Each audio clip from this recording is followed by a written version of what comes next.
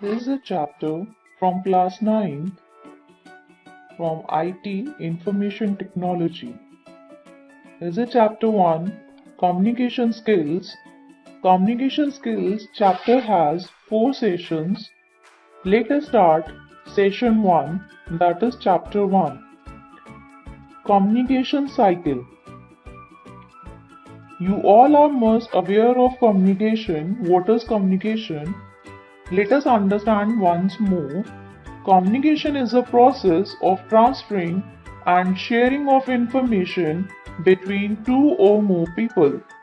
It is a two-way process of reaching mutual understanding in which participants not only exchange information, news, ideas, and feelings, but also create and share a new meaning. This you can see in this first paragraph. Communication cycle is a process of transferring and sharing of information between two or more people. The way you talk with one another, you share your messages, you share your ideas or anything that is a process of communication, that is a mutual understanding. So the scope of communication is not limited to only two or more people. It involves a whole society. So as you know, communication is the foundation of all human relationships.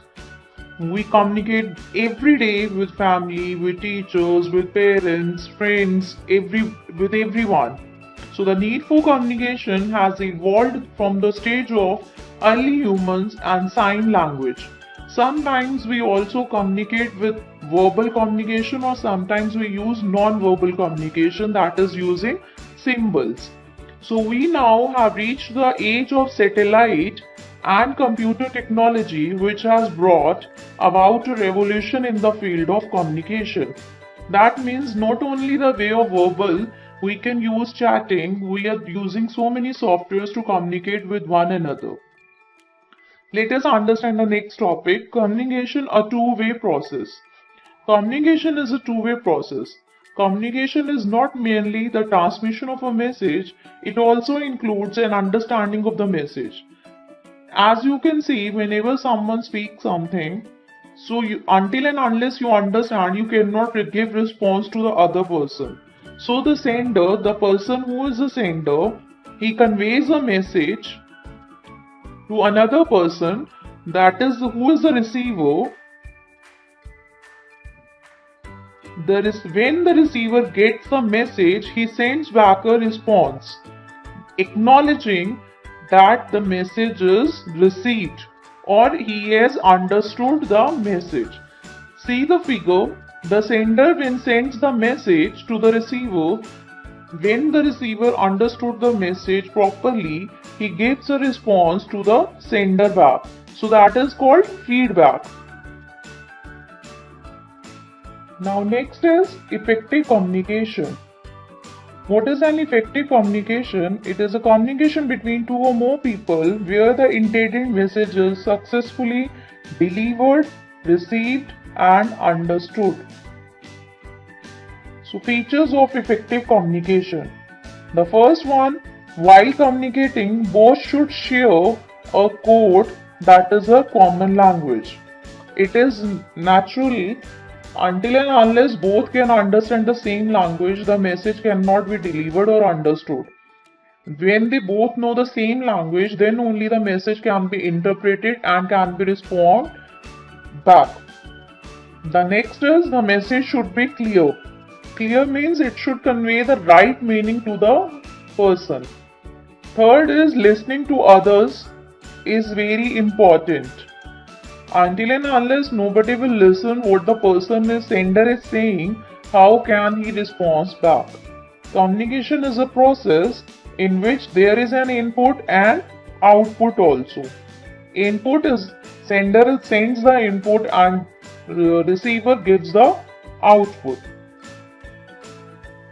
Next is importance of communication skills. Effective communication is essential in every sphere of life. be it personal, professional, or social. It includes all the aspects of visual, auditory, and body language to appeal to the listener.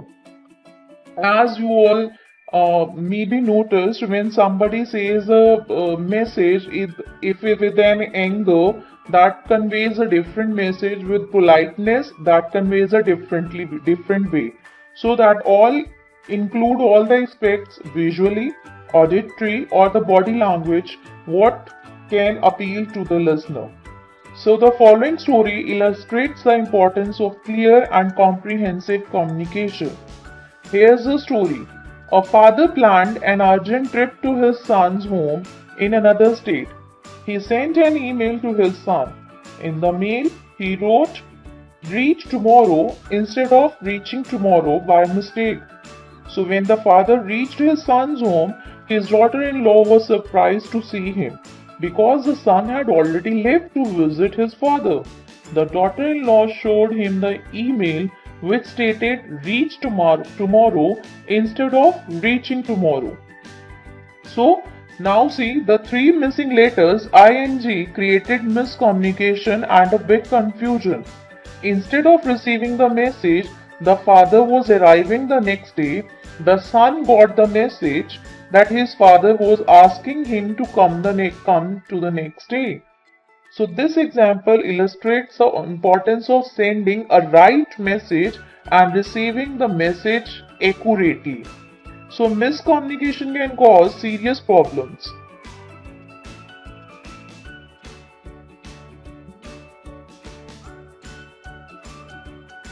Impact of effective communication on our lives.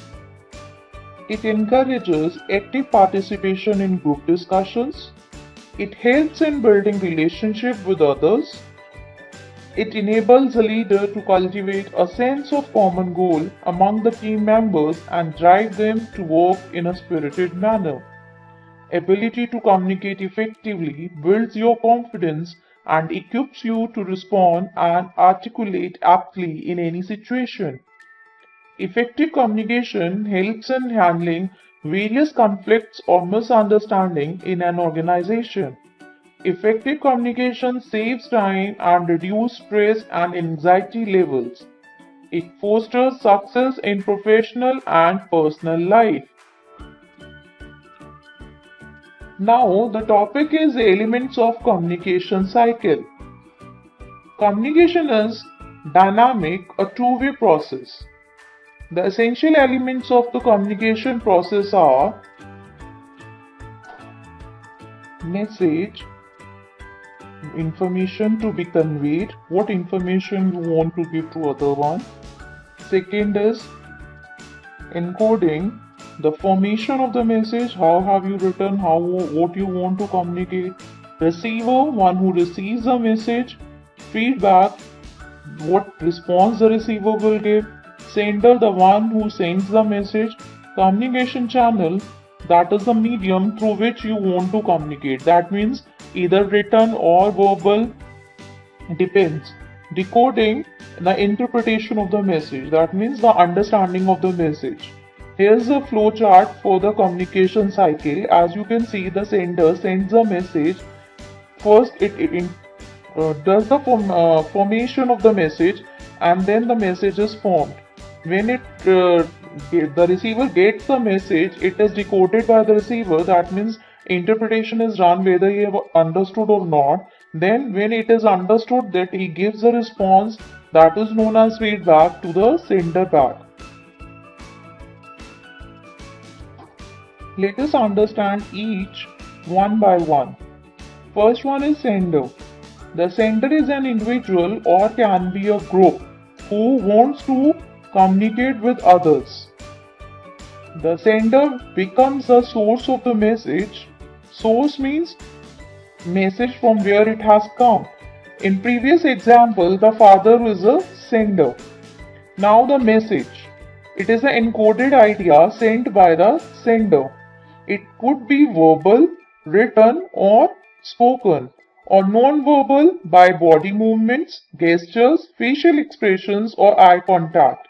The message in the example is what the father wanted to convey, that is reach tomorrow. Encoding. Now the translation of an idea into a message by the source is called encoding. It can be encoded in words, signs or symbols. The symbols or signs used must be clear to both the sender and the receiver. While encoding a message, one needs to consider what content to include, how the receiver will interpret, and how it may affect one's relationship. Encoding is guided by the nature and the purpose of the communication as well as the relationship between the sender and the receiver. So in this example, what we previously have studied, that was the transcribing the email. Email was the method या channel medium through which the message was sent. Next is communication channel.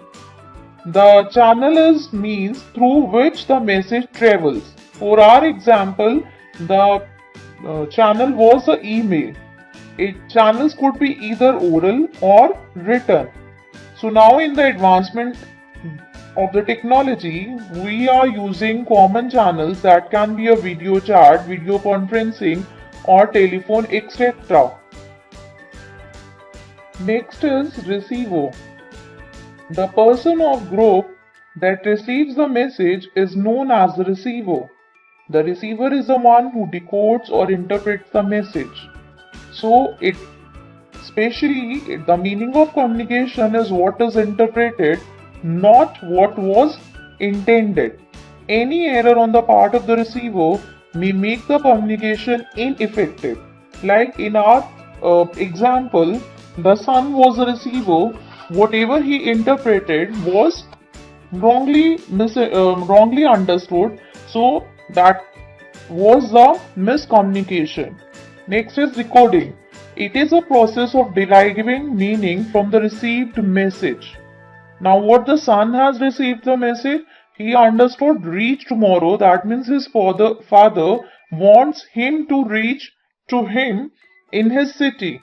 But actually the message was that the father is reaching to the son.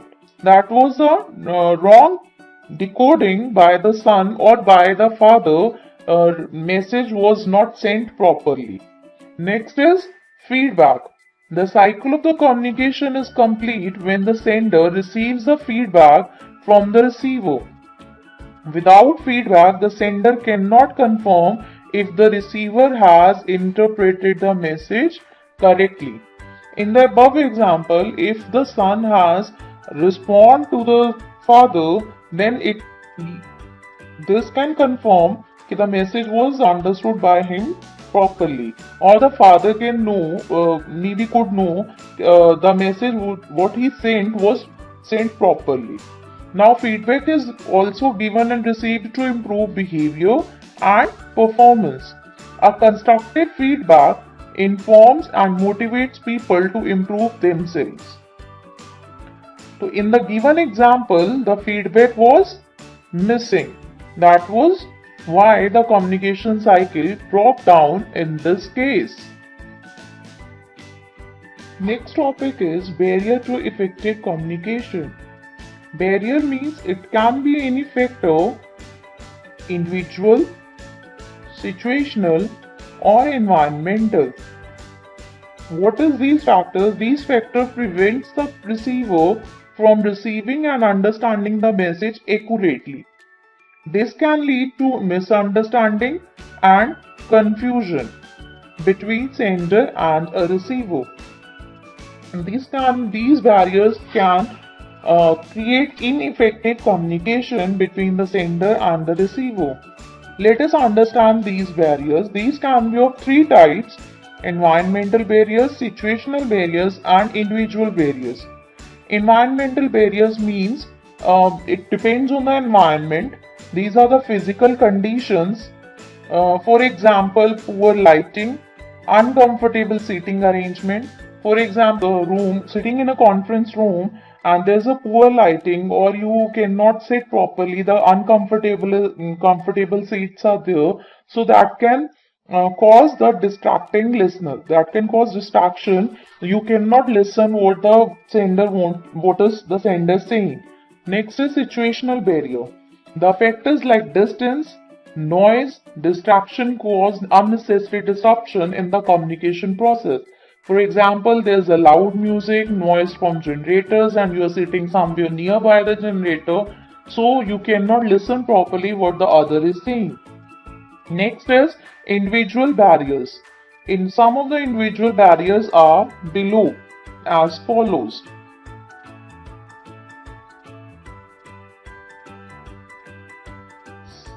Attitudinal factors like age, gender, lack of interest, discomfort with the topic, or culture or socioeconomic or professional status define how a listener perceives and interprets the message.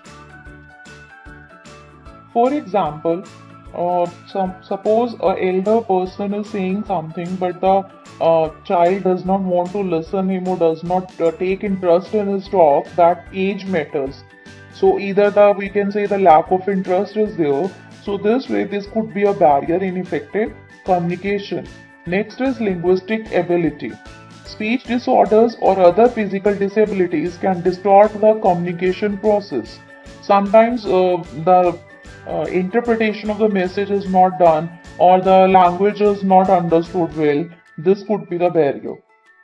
Inattention. If the listener is preoccupied somewhere else or just not interested in the conversation, that means he is not attentive.